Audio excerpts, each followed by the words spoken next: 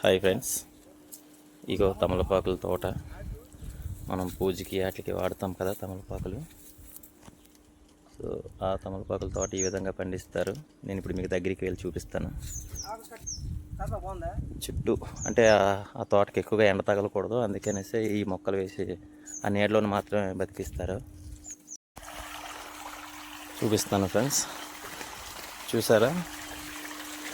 తోటలోకి వెళ్ళేటప్పుడు చెప్పులు కూడా వేయరు, చెప్పులు విప్పేసి లోపలికి వెళ్తారు. మేమంత పవిత్రంగా ఈ తోటని చూసుకుంటాం. అలానే ఇదిగోండి, ఇలా వాటర్ వదిలేసి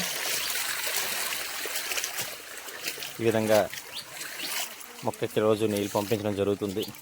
ఇవి ఈ ఎండాకాలంలో ఖచ్చితంగా రోజుకి ఒక్క రోజైనా సరే వాటర్ వదలాలి, లేదంటే మొక్కలు చనిపోతాయి. ఈ విధంగా ప్రతి ఒక్క గట్టుకి అలా వాటర్ వెళ్ళి మొక్కలకు కావాల్సినంత తీసుకుంటే ఎప్పుడు కూడా చల్లగా ఉండాలి, ఎక్కువగా ఎండ తగలకూడదు ఈ మొక్కకి. అందుకని ఈ పైన కూడా కంప్లీట్గా ఈ పెద్ద మొక్కలు వేసి దాని కింద మాత్రమే ఇవి పండిస్తారు. హాయ్ ఫ్రెండ్స్, చూశారు కదా, తమలపాకుల తోట పెంచడం అంటే ఎంత కష్టమో మీ అందరికీ తెలియదు. చాలా వరకు ఏదో కొంటున్నాం, పూజ చేస్తాం అనుకుంటారు, కానీ తమలపాకు పండించడం చాలా కష్టం. ఒక చంటి పిల్లడిని చూసుకునేలాగా ఈ తోటని చూడాలి.